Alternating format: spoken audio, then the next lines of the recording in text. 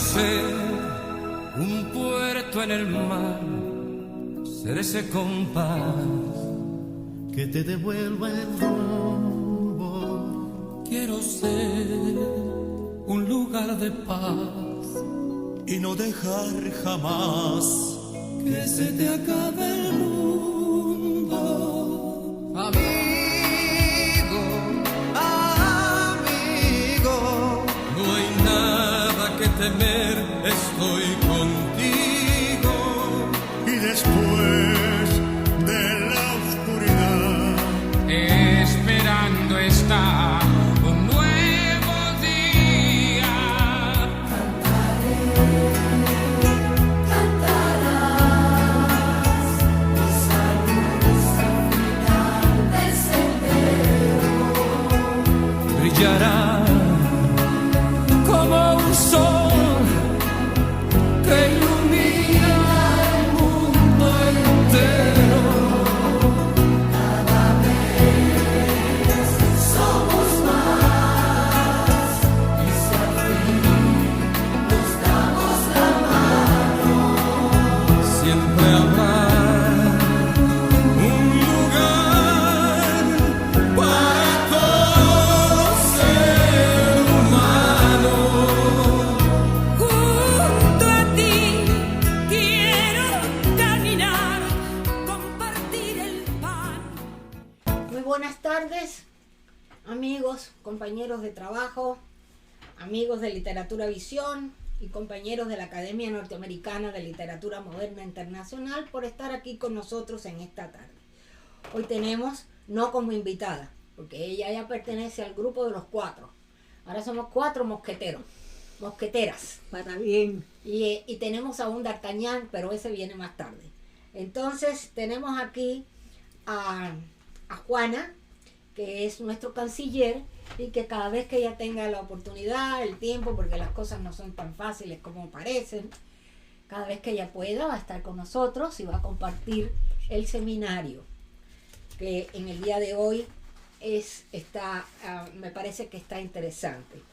De todas formas, vamos a comenzar ya. Comenzamos. Aquí tengo a María Josefa, tenemos a Juana, tenemos a Aurea y tenemos a Rosalía, que es la que va a servir de orientadora dentro del programa.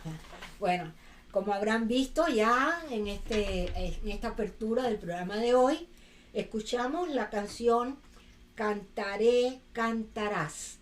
Es una expresión poética, donde en una ocasión, ya esto se hace mucho tiempo, hace varios años que sacaron esta canción con motivo de problemas y conflictos bélicos que afectaban el mundo.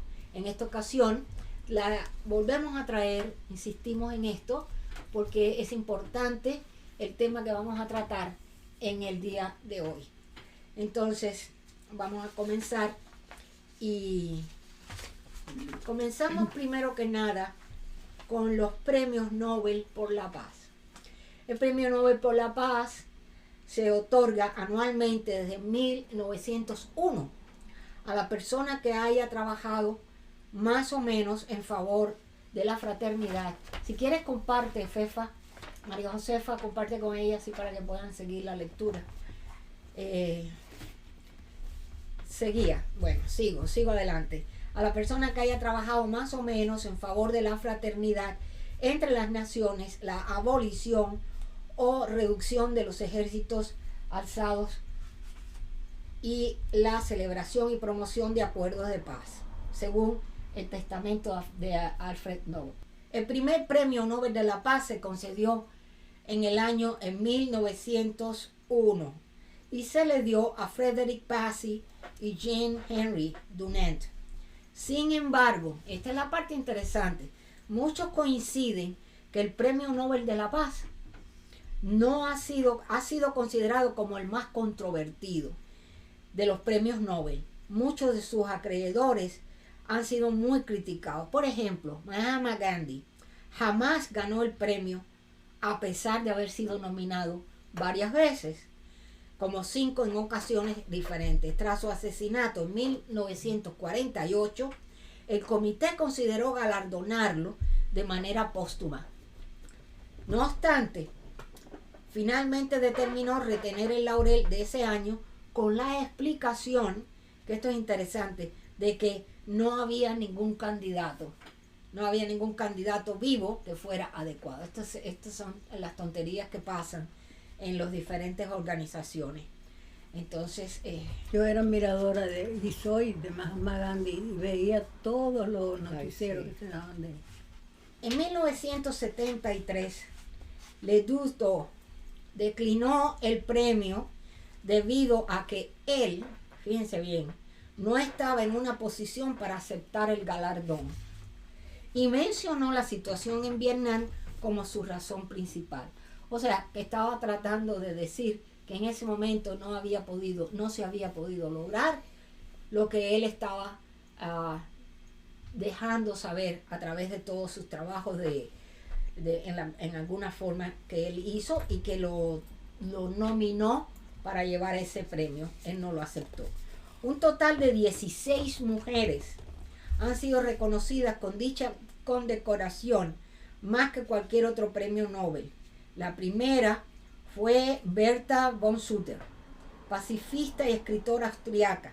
La más joven lo ha sido Malala Yousafzai, activista pakistaní de 17 años, siendo galardonada la más joven de los premios Nobel en todas sus categorías. Fue condecorada con este galardón en el 2014. Hasta la actualidad, el Premio Nobel de la Paz ha sido entregado a 104 personas y 23 organizaciones. Por otra parte, no se ha otorgado en un total de 19 años, lo que supera la cantidad de veces que cualquier otro premio de la misma organización no ha sido entregada. Ahora, en 1985, esto es un punto interesante también, la Asociación Internacional de Médicos para la Prevención de la Guerra Nuclear, y cito, por su información fidedigna y por crear conciencia de las consecuencias catastróficas de la guerra atómica, el comité considera que esta, a su vez, contribuye a un aumento de la presión por parte de la oposición pública a la proliferación de armas atómicas, llevando a una redefinición de prioridades, prestando así una mayor atención a la salud y a otros aspectos humanitarios. Cierra pensamiento. Cabe destacar que el presidente de la Academia Norteamericana de Literatura Moderna e Internacional, con el capítulo de Israel, actualmente formó parte de esta comisión para recibir este prestigioso premio. Se trata del doctor Ernesto Kahn. Sin embargo, en algunos de estos galardones a lo largo de estos años, desde 1901, ¿cómo podemos garantizar los resultados que los trabajos que hicieron en sus comunidades o a nivel mundial, en algunos casos, fueron efectivos?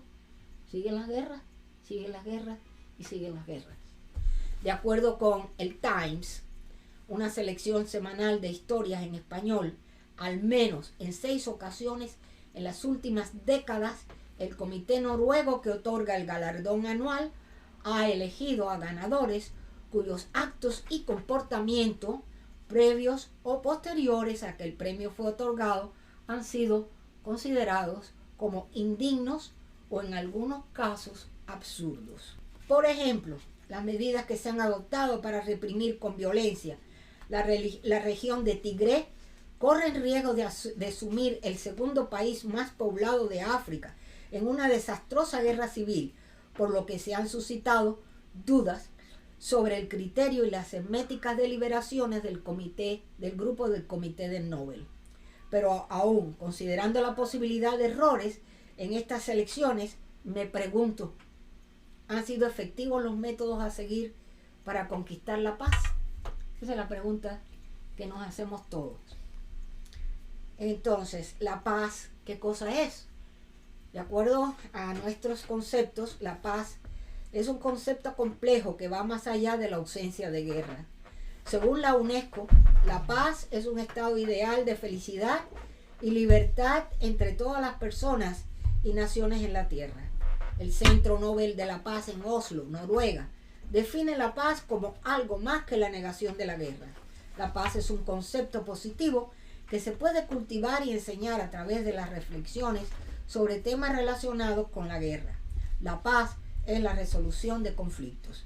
Desde este aspecto y bajo los parámetros esenciales que postulan los objetivos de la Academia Norteamericana de Literatura Moderna Internacional, la educación mundial como primer paso dentro de las comunidades internacionales sería un aspecto importante para fomentar una cultura de paz, crear un entorno en el que la paz, la justicia y la cooperación sean los pilares fundamentales de la convivencia humana.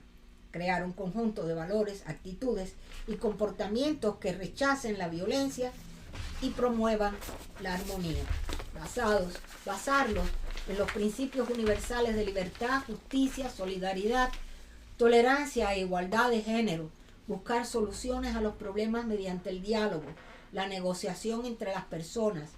Este es un derecho y una responsabilidad a que todos tenemos el derecho a vivir en un entorno seguro y pacífico. Aunque esto signifique a primera vista un desafío complejo, sí pudiésemos decir que la paz es un estado de libertad y seguridad entre todas las personas y naciones en la tierra. Aunque signifique una utopía, no es imposible. Si podemos cultivar y enseñar una cultura de paz para fomentar una convivencia pacífica entre todos los seres humanos, se hará posible y sería por esta vía, por el camino de conocernos, de interpretar nuestras diferentes culturas para entender hábitos, costumbres, ideologías, sanidad en mente y cuerpo. Por estos caminos se podrán lograr establecer vínculos de amistad y de amor a la convivencia. Así le dejo la lectura a nuestra querida María Josefa. Adelante. Bueno, así como todos los días de este programa, con amor y con mi mejor voluntad, me apresto a continuar la discusión del día de hoy. El filósofo, psicólogo y pedagogo estadounidense John Dewey, 1859 a 1952, dice en su obra Escuela y Sociedad: la democracia, entre paréntesis, debe nacer de nuevo con cada generación y la educación es su comadrona. Dewey estimaba que se debía educar a los niños enseñándoles a resolver problemas en vez de hacerles aprender cosas de memoria. Actualmente en el Centro Nobel de la Paz se trata de aplicar este método. Efectivamente, pero de acuerdo a nuestra opinión y experiencia, no es cuestión de tratar de aplicarlos, es aplicarlos, es hacerlo, es trabajar en la modificación de aspectos educativos existentes y crear normas y sistemas que estén más de acuerdo con las culturas, imponiendo nuevas técnicas, nuevos desafíos que permitan ver un horizonte más amplio donde quepan factores de disciplina que se puedan fomentar a través de la educación, la reflexión y la resolución pacífica de los conflictos. Si se incrementan los medios educativos como una herramienta poderosa para desarrollar una cultura de paz, se pueden enseñar habilidades para la resolución pacífica de conflictos. Se puede enseñar que el diálogo y la comunicación son factores importantes para promover la empatía y el respeto. Esto creará forzosamente un ambiente escolar seguro y positivo y enseñará a los estudiantes la importancia de la no violencia cuando experimenten otras formas muchas más sencillas, razonables y positivas. Claro que se puede fomentar una cultura de paz a través de la educación, la reflexión y la resolución pacífica de conflictos. La educación es una herramienta poderosa para desarrollarla. Además, es importante reflexionar sobre temas relacionados con la guerra, la paz y la resolución pacífica de los conflictos más simples. Esta última es fundamental para inducir la llamada cultura de la paz, el fortalecimiento de los vínculos y el desarrollo de sociedades más justas y armónicas. Un entorno social equilibrado se logra buscando la resolución de los conflictos de manera pacífica y el respeto por los derechos humanos fundamentales. Pero no todo es color de rosa. La promoción de la cultura de paz enfrenta varios desafíos, como la intolerancia arraigada, los intereses políticos y económicos que a menudo perpetúan conflictos y la falta de voluntad para el diálogo constructivo. La educación en derechos humanos y su proceso educativo son factores importantes en la promoción de una cultura de paz.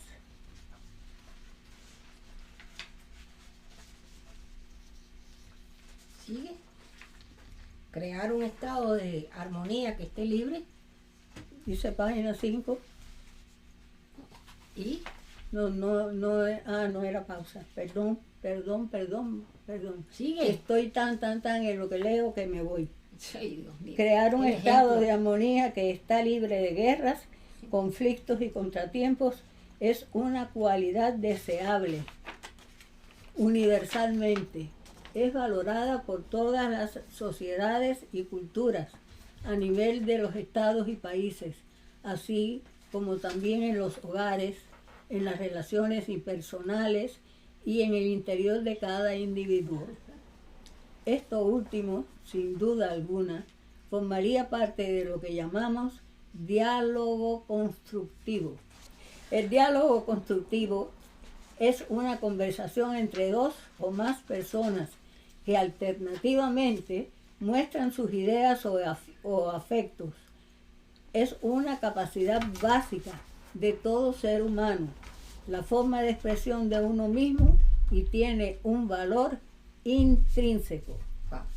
El diálogo constructivo se forma cuando las partes involucradas tienen disposición para expresarse con claridad, escuchar con atención y comprender al otro y a la situación que les une desde una perspectiva de mente, corazón y voluntad abierta. El diálogo constructivo parte de la disposición de las personas a escuchar, a mantener una mente abierta y a reconocer que no poseen la verdad absoluta, sino que sus creencias son producto de su historia personal. En definitiva, el diálogo permite establecer las bases para resolver los conflictos interpersonales, pero solo es posible lograrlo si los orientamos de forma constructiva, es decir, partiendo del principio de que todos tenemos solo una parte de razón. Esto nos permite avanzar en el entendimiento mutuo, porque la finalidad del diálogo no es la búsqueda de la verdad o de la objetividad, sino de la comprensión entre las personas. ¿Cuál es la importancia de los derechos humanos en una cultura de paz? Bueno, ahora le dejan la lectura Ahora a la señora Aurea, con mucho gusto y dándole la bienvenida, que no la veía Muchísimas gracias. hace 2 o 3 días. Según Esmeralda Carol Ancieta Rodríguez, en su artículo Los derechos humanos como base para la cultura de la paz, en editorial y puntos de vista de la publicación Los tiempos en otra dimensión, nos dice: ¿Tú lo tienes? No. han pasado más de 71 años desde la Declaración Universal de los Derechos Humanos y con ella la reflexión sobre cuándo se avanzó y los puntos que aún quedan por trabajar. Es innegable el aporte de los DDHH con sus valores de libertad, justicia y paz en el mundo. Sin embargo, ¿cuál es la relación que los derechos humanos tienen con la cultura de paz? Y continúa. Señalamos entonces que la subcultura de la violencia era uno de los factores que de manera importante estaba generando violaciones a los derechos humanos de los gobernados, tanto en un ámbito individual cuanto colectivo. Así, la vulneración de los mismos, que ocurre dentro como fuera de nuestro entorno, se vuelve tolerable, produciendo patrones de conducta que llegan a materializarse en costumbre, donde el núcleo es la violencia. Por tal motivo, la educación en estas bases se forma en un paradigma del siglo XXI, adoptada por la ONU como guía y que una vez más se refleja en la Agenda 2030 de los Objetivos de Desarrollo Sostenible, ODS 1 al 17, y que se transforma en la promesa de no dejar a nadie atrás. El acceso y respeto a sus principios fundados en los valores universales de la vida, justicia, igualdad de género, medio ambiente y solidaridad, que avalará el desarrollo de este objetivo y que logrará garantizar una vida digna, socialmente sostenible y sustentable para todos los seres vivos y para futuras generaciones. No más feminicidios y no más tolerancia con el incremento de la violencia. Necesitamos acciones y prácticas que promuevan en lo cotidiano estos valores y ayuden a mejorar y construir relaciones humanas y respetuosas y comprensivas por la vigencia de los derechos humanos y la construcción de la cultura de paz. Bajo este tema, también muchos autores dejaron plasmadas sus experiencias, sus deseos y sus sueños en obras de un alto valor literario. Autores de gran talla escribieron sobre las guerras y también dejaron sus huellas sobre el concepto de la paz. Algunos de ellos también fueron galardones con el Premio Nobel de Literatura.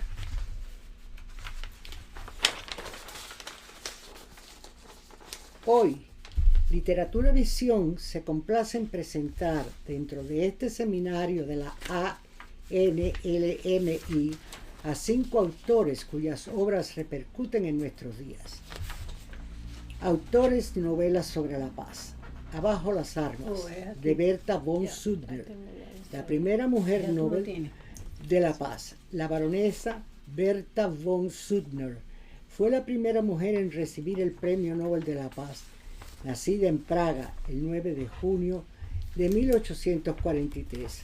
Von Stuller creció en una familia aristocrática austriaca, donde la filosofía bélica era fundamental. Y en el 1876, Berta volvió a Viena. En secreto se casó con Arthur Gundakar, quien finalmente fue desheredado.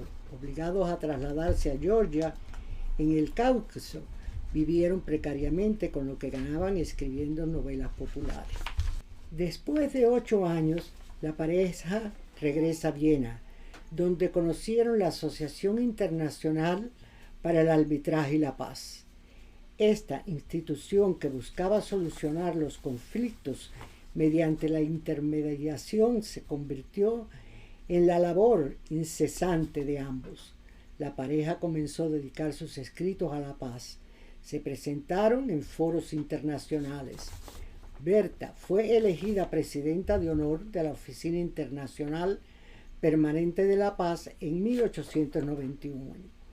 Un año después, fundó la Sociedad Alemana de la Paz con su colega y compatriota Alfred Hermann Fried.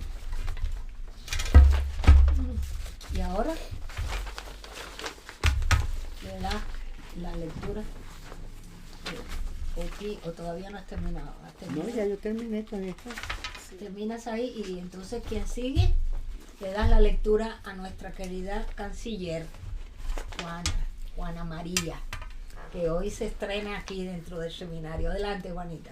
Muchas gracias por cederme la palabra. Entonces continuamos con Berta. En 1889, Berta sintetizó todas sus ideas pacíficas en la novela Abajo las armas, que rápidamente se convirtió en un bestseller polémico. Y tan solo 2 años después estableció la Sociedad de Paz de Austria. En los congresos de paz dominados por los hombres se destacó como una líder liberal y contundente. Por todo esto le llamaron el generalismo del movimiento por la paz. Finalmente, en 1905, recibió el Premio Nobel de la Paz. También Berta es conocida por advertir al mundo la necesidad de unificar a Europa y prevenir lo que conocemos como la Primera Guerra Mundial. Berta murió el 21 de junio de 1914, 2 meses antes del estallido del primer y devastador conflicto bélico mundial.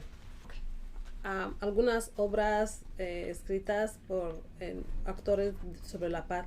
Guerra y Paz, de León Tolstoy. Voy a pedir perdón por las pronunciaciones que no me salen muy bien. Esta novela es considerada una de las obras cumbres de la literatura rusa. La trama se desarrolla en el contexto de las guerras napoleónicas y se centra en las vidas de 5 familias aristocráticas rusas. La novela es una reflexión sobre la guerra, el amor, la familia y la paz. Apeirogono de Colum McCann. Esta novela es una emocionante obra que profundiza en el histórico conflicto entre Israel y Palestina, a través de la historia real de amistad entre 2 padres, uno palestino y otro israelí, que pierden a sus hijas menores. Es una obra maestra que retrata un dolor que vertebra a toda una sociedad y a los habitantes de 2 territorios que nacen, crecen y mueren con enfrentamientos siempre candentes. ¿Por quién doblan las campanas? De Ernest Hemingway. La novela es tan popular que en ocasiones nos hemos encontrado con gente que piensa que el verso del título pertenece a Hemingway, en realidad pertenecen a John Donne. En inglés sería No man is an island and therefore never sent to know for whom the bell tolls, it tolls for thee. En español sería Ningún hombre es una isla, por lo tanto no mandes a preguntar por quién doblan las campanas, están doblando por ti. Sí, qué linda, bella película. Y bella obra. Por quién doblan las campanas no solo se considera una de las mejores novelas bélicas de todos los tiempos, sino también es la mejor novela sobre la guerra civil española, antes de la batalla definitiva entre republicanos y rebeldes. El tren llegó puntual, de Heinrich Böll. No quiero morir, pero lo más aterrador es que voy a morir pronto. Con esta certeza, sube Andrea, el joven soldado que protagoniza esta novela, al tren que debe llevarle de vuelta al frente oriental después de un permiso. En su regreso a la guerra de los soldados, fuman, juegan al skat, comparten el pan y tratan de ocultar su miedo con aguardiente. Un viaje sin billete de regreso a los horrores de la Segunda Guerra Mundial, en el cual Andrea se encontrará con una espía que intenta conseguir información para la resistencia polaca trabajando como prostituta. Primera novela de Heinrich Böll, que fue soldado durante 6 años de su vida. En ella despliega la maestría que le haría ganar el Premio Nobel de Literatura en 1972. Encantada de haber tenido la lectura con Juana y que no será la primera. Vamos a seguir adelante porque a pesar de que ella vive un poquito lejos, pero hace un esfuerzo y nos acompaña. Así es que la tendremos más a menudo aquí en Literatura Visión. Bueno, siguiendo este seminario. Te voy a hacer una preguntita. ¿Tú lo disfrutas? Sí, me gusta. Eso es lo que importa. Siguiendo el orden del programa, y después de este seminario, que la verdad que me ha gustado mucho porque el tema es bien interesante, además de ser interesante, tiene muchos aspectos que nosotros desconocíamos. Pero bueno, en este sentido quisiéramos continuar para no dejar este sabor bueno que tiene, que tuvo este seminario, y vamos a continuar con un poema.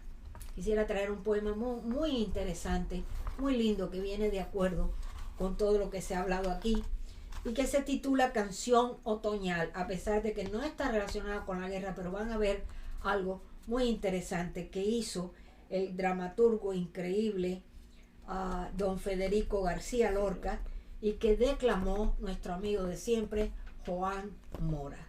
Adelante, corre video.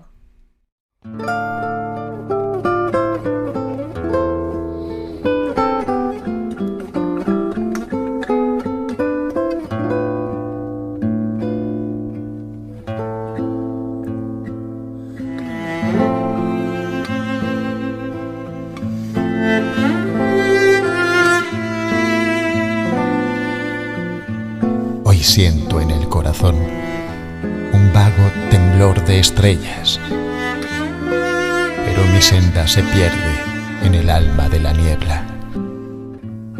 La luz me troncha las alas y el dolor de mi tristeza va mojando los recuerdos en la fuente de la idea.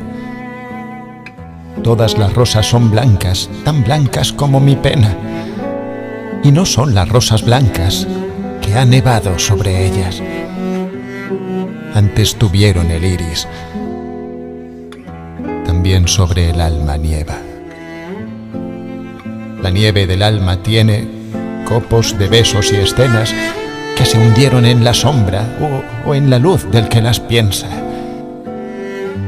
La nieve cae de las rosas, pero la del alma queda, y la garra de los años hace un sudario con ellas. ¿Se deshelará la nieve cuando la muerte nos lleva? ¿O después habrá otra nieve y otras rosas más perfectas? ¿Será la paz con nosotros como Cristo nos enseña? ¿O nunca será posible la solución del problema? ¿Y si el amor nos engaña? ¿Quién la vida nos alienta si el crepúsculo nos hunde en la verdadera ciencia del bien que quizá no exista y del mal que late cerca? Si la esperanza se apaga y la Babel se comienza, ¿qué antorcha iluminará los caminos en la tierra? Si el azul es un ensueño, ¿qué será de la inocencia? ¿Qué será del corazón si el amor no tiene flechas? Y si la muerte es la muerte, ¿qué será de los poetas y de las cosas dormidas que ya nadie las recuerda? Oh sol de las esperanzas, agua clara, luna nueva, corazones de los niños, almas rudas de las piedras. Hoy siento en el corazón un vago temblor de estrellas, y todas las rosas son tan blancas como mi pena.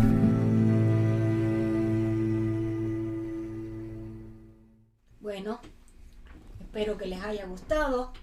Entonces, continuando, quería decirles que al principio yo mencioné que estábamos las mosqueteras, las 4 mosqueteras, título que le habíamos dado a nuestro querido Luis Alberto Ambrogio cuando lo mencionábamos, las 3 mosqueteras y D'Artagnan.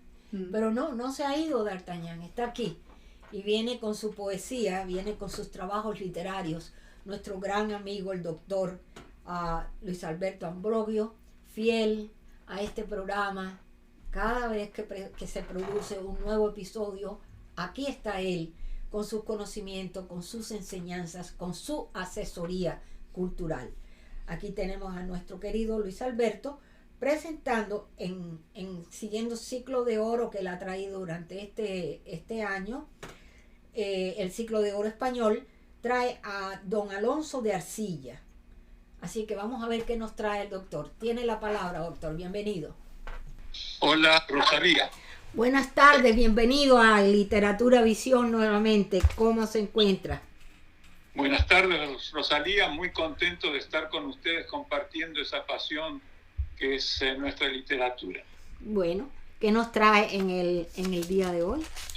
Bueno, en este segundo segmento del mes de octubre, como les había prometido, voy a hablar de otro tema dentro del siglo de oro español y del renacentismo, que se relaciona con nosotros, con América Hispana, con nuestro continente.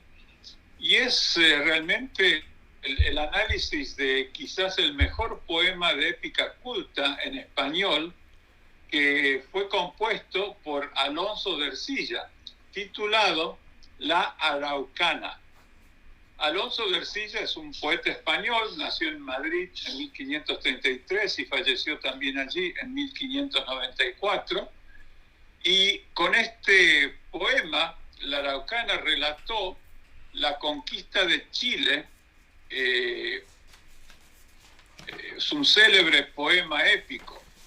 Él fue educado en la corte, donde su madre era dama de la emperatriz y sirvió como paje al príncipe Felipe, luego fue Felipe II, y le acompañó en sus viajes por Flandes, Inglaterra. Es curioso que desde Londres partió hacia Chile en 1555, donde se habían sublevado los araucanos y participó en diferentes batallas, empezando a escribir en este curioso contexto la Araucana. Es un poema épico de exaltación militar que tiene 37 cantos, donde él narra los hechos más significativos de la expedición.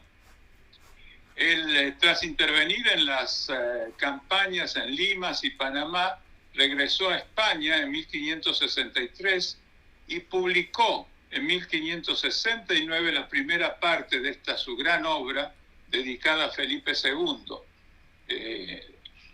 Él fue nombrado gentil hombre de la corte y caballero de Santiago, tras lo cual participó en otras acciones, diversas acciones, pero más bien diplomáticas. En 1570 contrajo matrimonio con doña María de Bazán, la cual aportó como dote más de 8 millones de maravedíes. Él, instalado en Madrid, vivió, según se dice, una existencia feliz y exenta de preocupaciones materiales que le permitió terminar las partes segunda y tercera de su poema La Araucana. Este poema épico está escrito en octavas reales y dividido en 3 partes que escribió en diferentes tiempos. La primera en 1569, la segunda en 1578 y la tercera en 1589. Él mismo relata a lo largo de estos 37 cantos las cruentas luchas sostenidas en Chile entre araucanos y españoles. Al parecer, Ercilla escribió algunas de sus partes directamente en el campo de batalla, usando, y lo dice él, lo confiesa, cuero por falta de papel.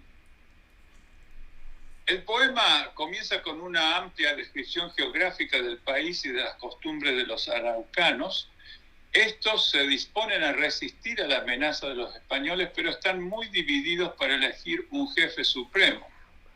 Entonces, por consejo del cacique Colo Colo, deciden dar el mando a quien lleve más lejos un grueso tronco sobre sus espaldas, y la prueba es ganada por Caupolicán. Y este ocupa Tucapel para evitar que la ciudad caiga en manos del capitán español Pedro de Valdivia, quien fue derrotado por el cacique Lautaro y es perseguido hasta Santiago, dejando en manos de los araucanos la ciudad de Concepción, que es saqueada e incendiada. Y luego, mientras los araucanos celebran con grandes fiestas su victoria, Francisco de Villagrán, con nuevas tropas enviadas entre tanto por el marqués de Cañete, ataca al cacique Lautaro, cercado en un fuerte, y extermina a todos los araucanos, incluido Lautaro, que se había negado a rendirse. Los indios se reúnen en asamblea y surgen en diferentes diferencias y desafíos, y los españoles, habiendo recibido refuerzos, entran en el estado mismo de Arauco y pese al heroísmo de los caciques Tucapel, Rengo y Galvarino, a quien los españoles cortan las manos, consiguen vencer la batalla. Luego siguen numerosas discordias entre los mismos araucanos, hiriéndose entre ellos mismos. Pero lo que es curioso a mí de este poema es cómo trata de combinar y sigue las huellas de tantos poemas clásicos, digamos. Aquí yo veo, y los críticos ven, por ejemplo, en parte influencias de clásicos, permiso.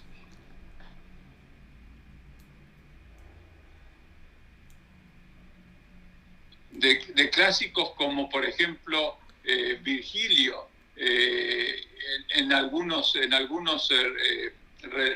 redacciones en este poema largo.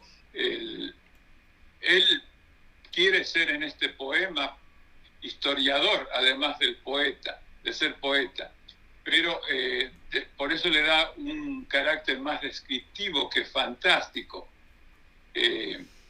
La fuerza de las vivencias relatadas hace pensar a los lectores y críticos posteriores que la Araucana no era una auténtica crónica de la campaña del Arauco, pero sin embargo el gran mérito de este poema es estético y no histórico.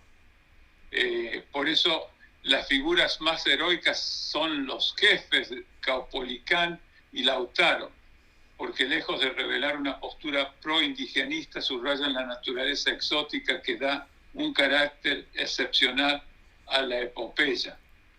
Bueno, el tono autobiográfico se combina aquí también con frecuentes alusiones cultas que sirven para incrementar la verosimilitud y la grandeza de una historia cuyos personajes adquieren dimensión clásica.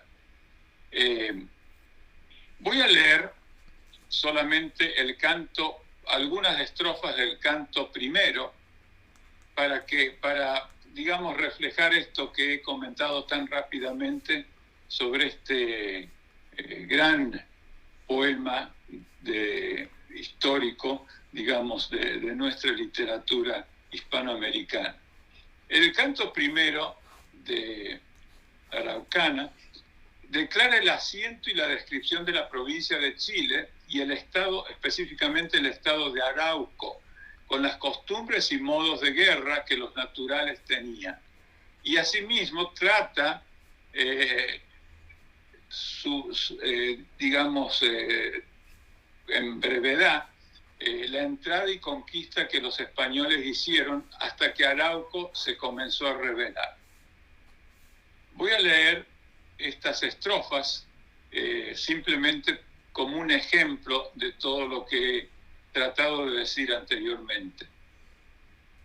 Dice, canto primero, no las damas, amor, no gentilezas de caballeros con canto enamorados, ni las muestras, regalos y ternezas de amorosos afectos y cuidados, mas el valor, los hechos, las proezas de aquellos españoles esforzados que a la cerviz de Arauco no domada pusieron duro yugo por la espada. Cosas diré también harto notables de gente que a ningún rey obedecen, temerarias empresas memorables que celebrarse con razón merecen. Raras industrias, términos loables que más los españoles engrandecen, pues no es el vencedor más estimado de aquello en que el vencido es reputado. Suplícoos, gran Felipe, que mirada esta labor de vos sea recibida, que de todo favor necesitada queda con darse a vos favorecida. Es relación sin romper sacada la Araucana 19 de la verdad, cortada su medida.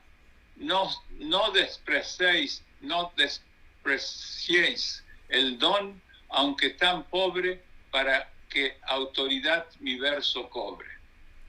Bueno, y por supuesto, Canto Primero continúa largamente, pero por lo menos, digamos, queda un aspecto de cómo bailaba, porque según, digamos, el propio autor, Alonso de Ercilla, que participó en este conflicto, este poema fue escrito precisamente en la Capitanía General de Chile. Y bueno, y estaba en el poema, digamos, hay muchas referencias a toda la parte, por ejemplo, cortezas de árboles, otros elementos rústicos, y ha llegado, digamos, él a este país como parte de una expedición, pero sin embargo, al regresar a España, el libro se publica en Madrid en 3 oportunidades, como dije anteriormente.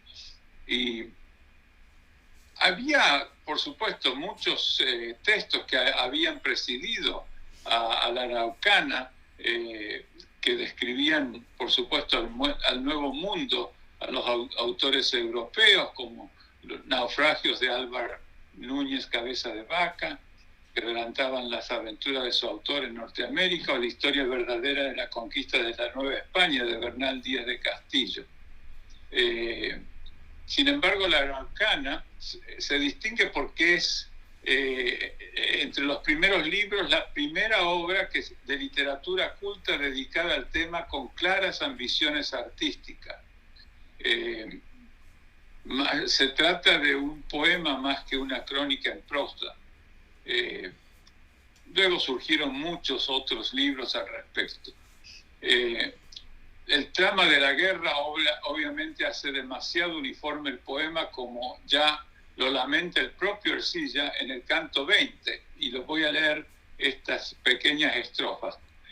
Todo de ser batallas y asperezas, discordia, sangre, fuego, enemistades, odios, rencores, sañas y bravezas, desatino, furor, temeridades, rabias, iras, venganzas y fierezas, muertes, destrozos, rinas, crueldades, que el mismo Marte ya pondrían hastío, agotando un caudal mayor que el mío.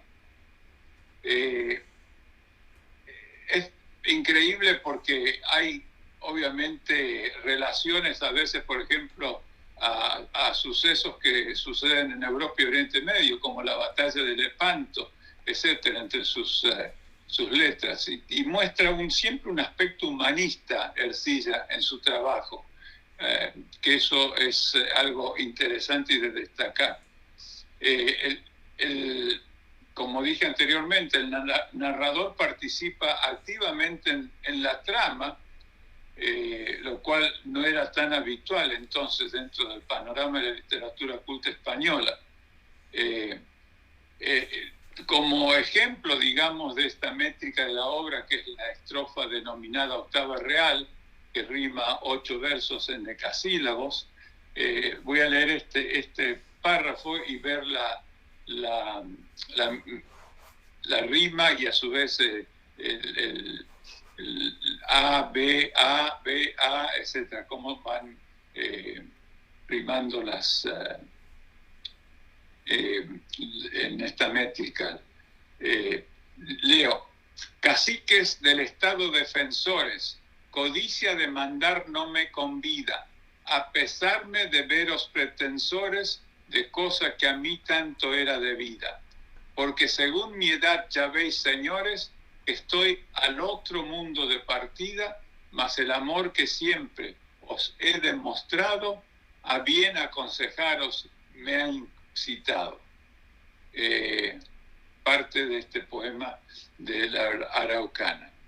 Bueno, voy a acabar acá con estos poemas, que quede la, digamos, memoria de este gran poeta que ha publicado este poema largo, la Araucana, que a pesar de que trata de América Latina, sin embargo tiene una influencia, por ejemplo, de lo que se ha dado llamar el canon de Ferrara, dos poemas épicos cultos escritos en una ciudad italiana, Orlando Innamorato, de Matteo Maria Bojardo, y Orlando Furioso, de Ludovico Ariosto, que tiene mucha influencia en esto, como lo tiene la Divina Comedia de Dante y otros poemarios, obras poéticas de Europa. Bueno, con esto voy a cerrar esta obra de Alonso de Ercilla, que es una reivindicación del valor desplegado por los soldados españoles en una guerra lejana y olvidada, pero que a su vez refleja esa humanidad del propio Ercilla, por lo cual también es una reivindicación de su propia actuación personal humanística en todos estos conflictos problemáticos.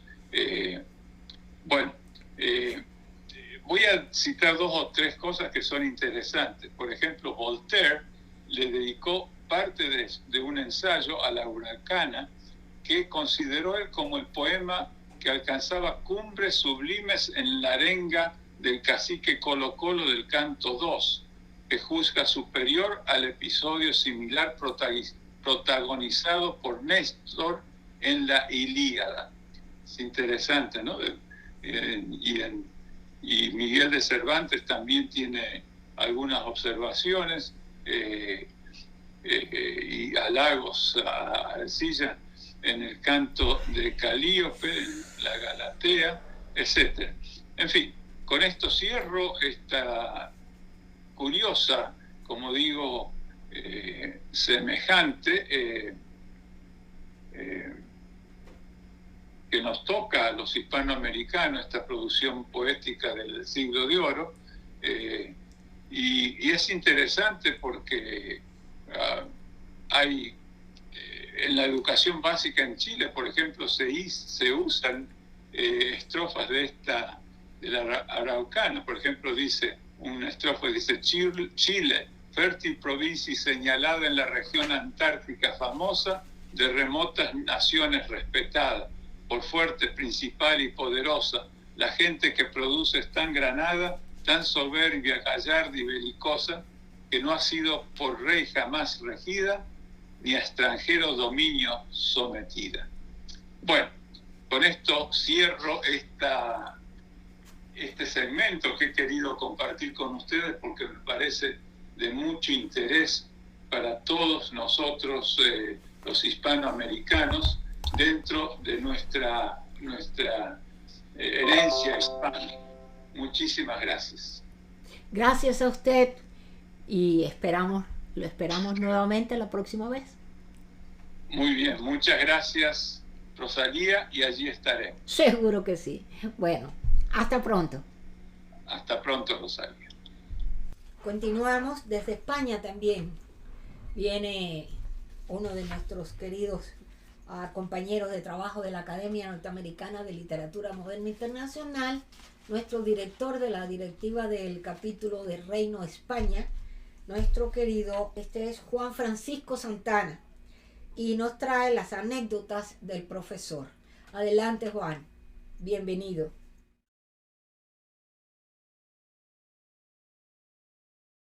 Saludos a Literatura Visión desde Gran Canaria, Juan Francisco Santana Domínguez, un abrazo enorme para todos los que lo hacen posible y para todos los escuchantes. El tema de hoy, filosofía histórica. Al igual que nos hacemos preguntas acerca del lenguaje o sobre estética, por poner tan solo dos ejemplos, también nos las hacemos sobre la historia, pues es deber del historiador hacerlo, porque toda investigación se basa en presupuestos y emplea metodologías, y por tanto es necesario ser conscientes de estas, y al igual que se hacen preguntas los físicos, los químicos y los filósofos, también los historiadores nos hacemos preguntas sobre nuestra propia ciencia que nos llevan a debatir métodos y objetivos, y es por ello que hacemos preguntas filosóficas acerca de su estudio, pues no en vano también existe la filosofía de la historia. Sobre la filosofía de la historia hay que decir que si no hay pruebas sobre cualquier información de algo que sucedió en el pasado, no dispondremos de una verdad eterna, pues solo se quedará en una tesis o teoría que pudiera cambiar con nuevas investigaciones y trabajos. Por tanto, la historia se escribe basándonos en pruebas que han llegado hasta el presente y no siempre esto es posible, pues desgraciadamente muchas de las huellas del pasado se han perdido por unas causas u otras. Por tanto, nos debemos hacer al menos la siguiente pregunta a tal respecto. ¿Existe un conocimiento del pasado o sin embargo hay una reconstrucción interpretativa y quizás en multitud de casos se quede en meras conjeturas? Lo que debe quedar claro es que la filosofía de la historia es el intento de dar sentido a lo que ha acontecido. Como dijo Paul Valéry, una dificultad es una luz, o lo que es lo mismo, que el esfuerzo por resolver nos enseña muchísimo. La investigación histórica es trabajar en pro de que realidades, que no es lo mismo que fantasías del pasado, salgan a la luz en un ejercicio veraz que tiene que estar acompañado de un compromiso moral con la verdad, pues la historia nunca puede ser lo que deseamos escuchar y sí lo que en realidad sucediera en otros tiempos pasados, y que tiene como fin primordial compartir con los demás todo aquello que cada día se va descubriendo, y para que ello sea asequible hay que darle forma y, en mi caso, hacerlo didácticamente o lo que es lo mismo, de tal manera que pueda ser entendido por cualquier tipo de lector o escuchante. También hay que saber que la historia es una ciencia que está en continua renovación, pues nuevos trabajos aportan nuevas concepciones y nuevos puntos de vista, y por tanto tampoco podemos olvidar que cada historiador, aunque deba ser lo más veraz posible, tiene sus propios filtros, sus propias concepciones, su diferente manera de interpretar lo que se pretende sea un trabajo serio y respetuoso con los documentos que nos aportan luz. Aunque en ocasiones, al querer interpretar los datos, podamos estar influenciados por nuestras propias creencias y fuentes, pero siempre y en todo momento se debe ser cuidadoso con las interpretaciones y no hacerlas para satisfacer a los que pudieran estar interesados en que unos hechos se expongan de manera que pudiera tergiversar la verdad. Y como ejemplos tenemos algunas concepciones de tipo nacionalista o de fe religiosa, siendo entonces cuando el historiador pierde la credibilidad que en todo momento debe mantener con un ejercicio moral, con un código deontológico que haga que lo que se va descubriendo sea lo más cercano a lo que en otro momento de la historia sucediera, y no lo que pudiera interesar a unos pocos o unos muchos, prostituyendo así una profesión que se debe dar a la verdad y no desviarse lo más mínimo de ella. Y si algo se desviara, debería ser por errores de apreciación, algo lógico de la condición humana. Seguiremos en otra ocasión hablando de este tema. Muchísimas gracias y un abrazo muy grande. Hoy tenemos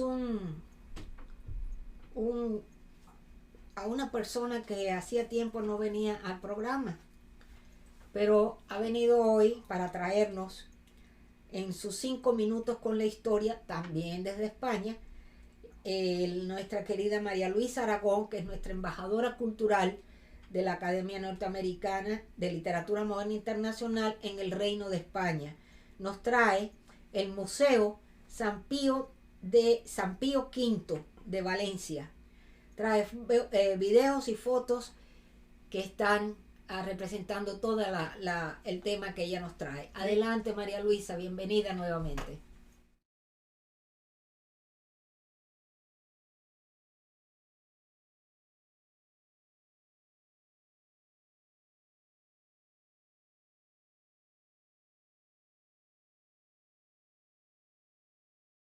Les saluda Marisa Aragón para Literatura Visión. El relato de hoy es el Museo de Bellas Artes de San Pío V. El Museo Valenciano, que casi fue residencia del hermano mayor de Napoleón. El origen del museo está relacionado con la Real Academia de Bellas Artes de San Carlos, que vio aprobados sus estatutos por el rey Carlos III en 1768.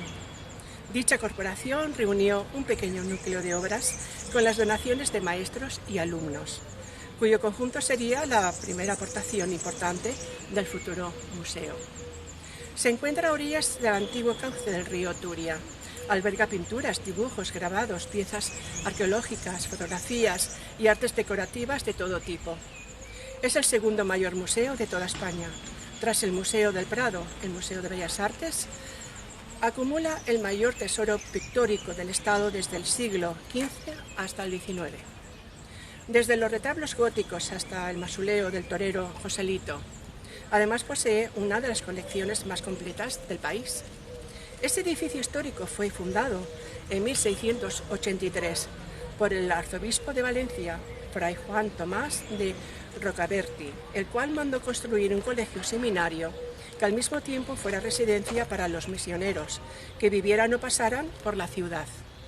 Antes de convertirse en Museo de Bellas Artes, el edificio tuvo diferentes usos: Academia Militar de Cadetes, Casa de Beneficencia, almacén de provisiones del ejército y hospital militar durante la Guerra Civil Española de 1936. Durante la Guerra de la Independencia se dispuso como residencia de José I, hermano de Napoleón, quien finalmente optó por alojarse en el Palacio de Parcent. En 1946 fue elegido como sede del Museo Provincial de Bellas Artes. 2 décadas después fue declarado Monumento Histórico Artístico.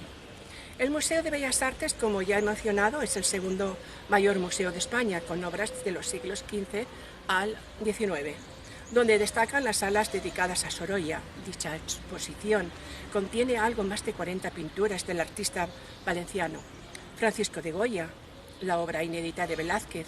También destaca la Escuela Valenciana con Joanes, Los Ribalta, Espinosa, Vicente López, Sorolla, Pinazo, Benlliure y otros.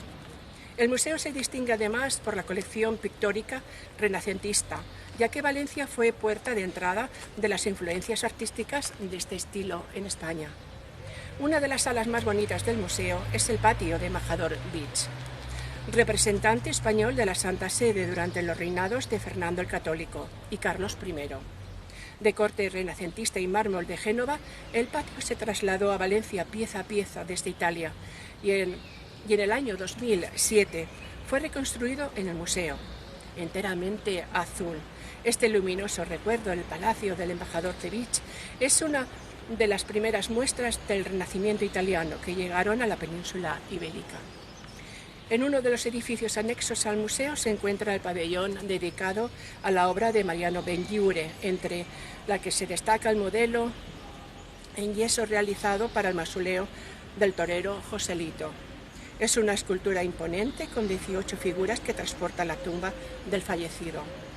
Cuando visitéis Valencia y queráis disfrutar de arte y patrimonio, este museo es la cita perfecta. Deseo que hayáis disfrutado de este relato. Muchísimas gracias. Continuamos el programa y ahora viene, como siempre, el video de Alba Learning con sus audiolibros para que ustedes sepan más o menos la cantidad de libros que tiene esta biblioteca, que es completamente gratis y que Alba la presenta para el uso de todos ustedes. Adelante, Alba. Buenos días a todos, estimados amigos de Literatura Visión. Quiero aprovechar la oportunidad que me brindan para invitarles a visitar nuestra biblioteca, en la que encontrarán libros y audiolibros de las más variadas temáticas y autores de todas las épocas y nacionalidades. Les ofrecemos poesía, ensayo, cuentos, novelas, todo lo que pensamos puede gustar a nuestros lectores y atraerlos para hacerles amar la lectura. Ese es nuestro único objetivo, el promover el amor por los libros y el respeto por los autores, muchos de los cuales casi han pasado al olvido, y son precisamente esos los que nosotros queremos rescatar para que los miles de lectores que nos visitan a diario puedan disfrutar de la belleza de sus obras. Cervantes, con su Don Quijote de la Mancha y las novelas ejemplares, Jorge Isaacs, con su novela María, Gustavo Adolfo Bécquer, con las rimas y leyendas, Santa Teresa de Jesús y cientos de autores más le esperan en nuestra página. Muchas gracias. Saludos y mis respetos desde España. Bueno, vamos llegando al final. ya vamos llegando a los estelares de Literatura Visión. Antes de comenzar los estelares, tengo un pequeño comentario con relación a este video que vamos a ver.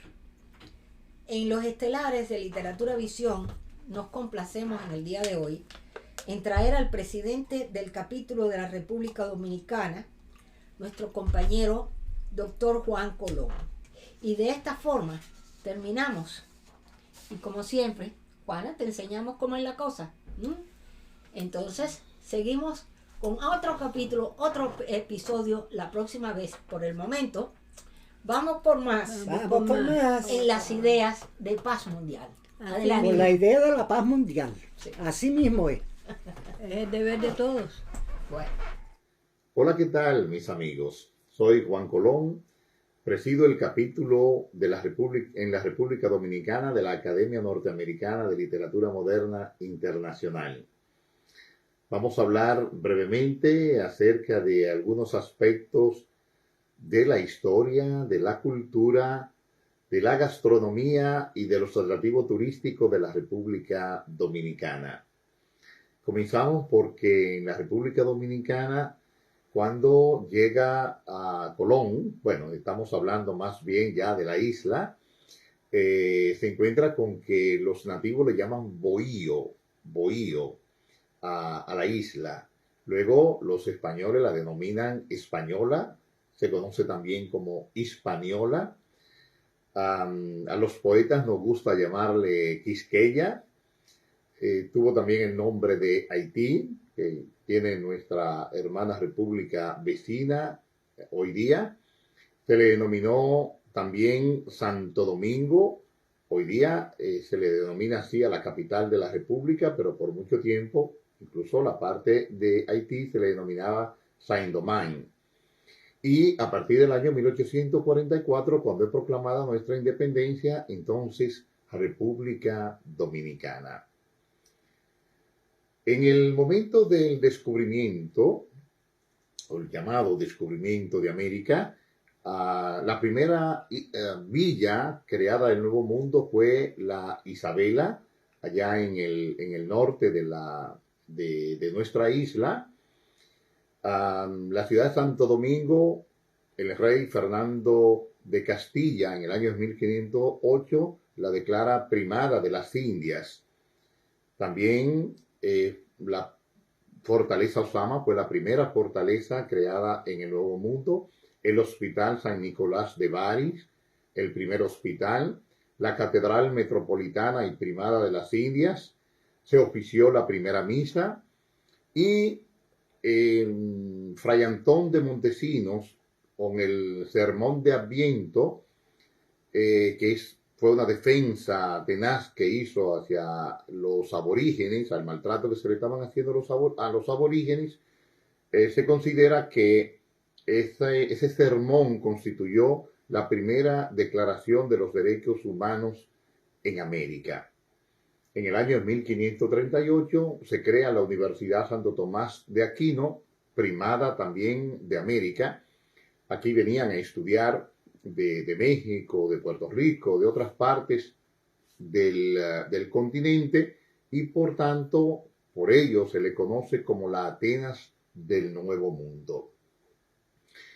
La historia de nuestra isla, la verdad es que se ha caracterizado por su heroísmo. Por ejemplo, la rebelión de Enriquillo, que fue ese alzamiento que hizo Enriquillo en las montañas de Bauruco, con aproximadamente 500 aborígenes, fue la única en el continente americano que los españoles no pudieron diezmar. Tuvieron que negociar, mandaron a Barrio Nuevo desde España, un enviado que tuvo que negociar con Enriquillo, y naturalmente bajaron y desgraciadamente el maltrato continuó, pero digamos en guerra propiamente no pudieron enfrentarlo. Hay hechos vamos a señalar algunas de las más importantes invasiones que tuvimos en 1600 55, por ejemplo, se produce la invasión de los ingleses, el almirante Peñivenable, felizmente enfrentado por esta parte, por el conde de Peñalba, que organizó a los criollos y los enfrentaron en su retirada. Estos señores conquistaron entonces Jamaica. En el año 1801 se produce la ocupación francesa hasta 1809, cuando con la batalla de Palo Hincado enfrentamos y logramos salir airoso. En el año de 1822 se produce entonces la llamada ocupación haitiana, que dura desde 1822 hasta 1844. Es justo señalar que en el año 1821 José Núñez de Cáceres proclama la independencia solo de España, solo que fue una independencia efímera, apenas 2 meses y días duró. Y 1844 se produce la independencia nacional. En el año 1861 Pedro Santana anexa a España nueva vez, y en el año 1863 comienza la Guerra de la Restauración. 2 años después, 1865, entonces se produce la independencia definitiva del territorio dominicano. Bueno, definitiva, 1916 hasta 1924 se produce la ocupación militar norteamericana, felizmente enfrentada también. Del año 1930 comienza la dictadura de Trujillo, una de las más extensa dictadura en todo el continente americano, que duró 31 años. En el año de 1965 se produce la segunda ocupación militar norteamericana, también felizmente enfrentada por los dominicanos. Bueno, ahí tenemos una síntesis muy fuerte, ¿verdad?, de esas ocupaciones en el territorio. La composición racial de la República Dominicana. Nosotros somos un 73% de mulato. ¿Qué es el mulato? Es la mezcla del negro y el blanco, y esta especie de café con leche que somos, unos tenemos poco más de café, yo creo que tengo mucho café, y otros tenemos un poco más de leche, por decirlo de alguna manera figurado.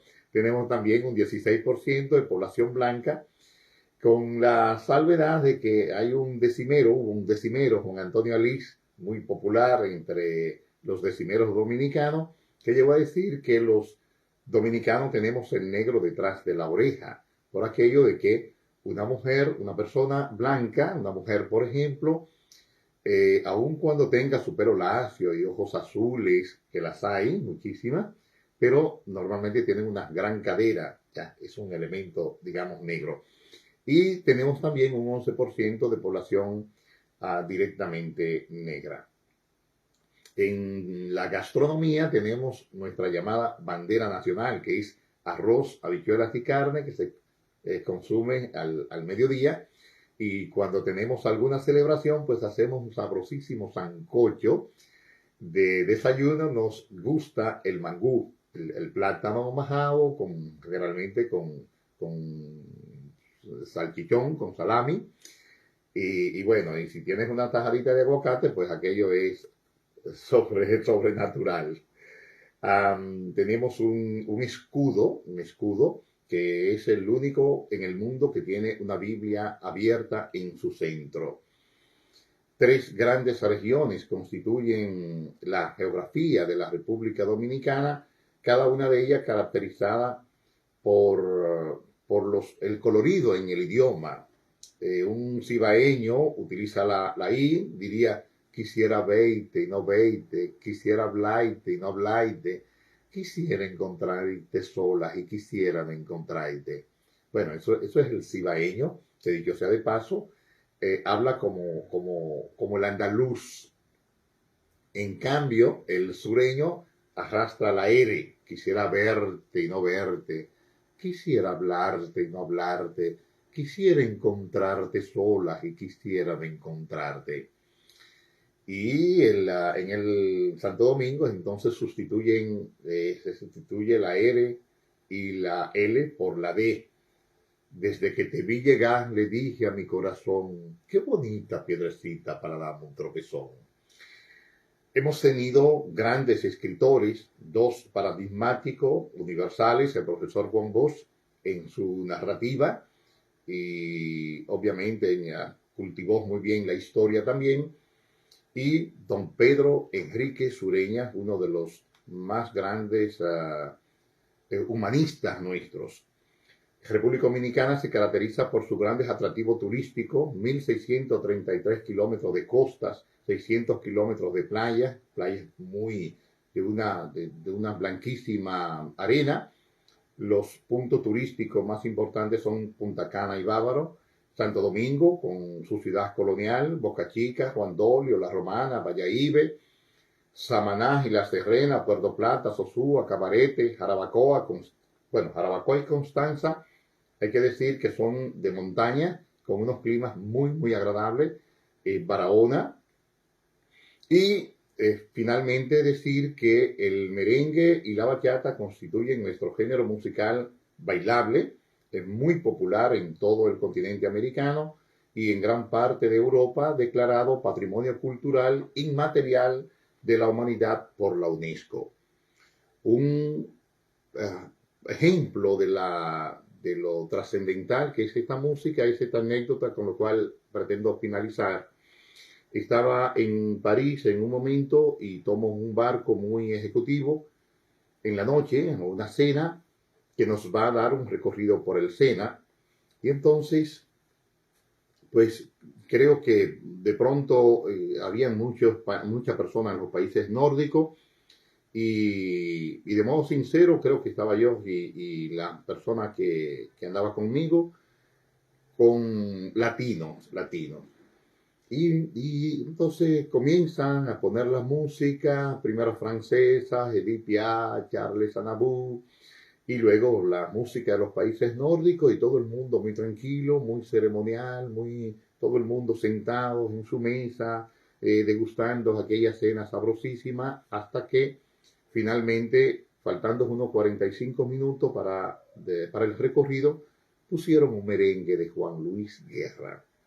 Señores, todo el mundo, todo el que estaba en ese barco se paró a bailar, lo cual demuestra lo trascendente y, digamos, lo irresistible que resulta el merengue dominicano. Muchísimas gracias.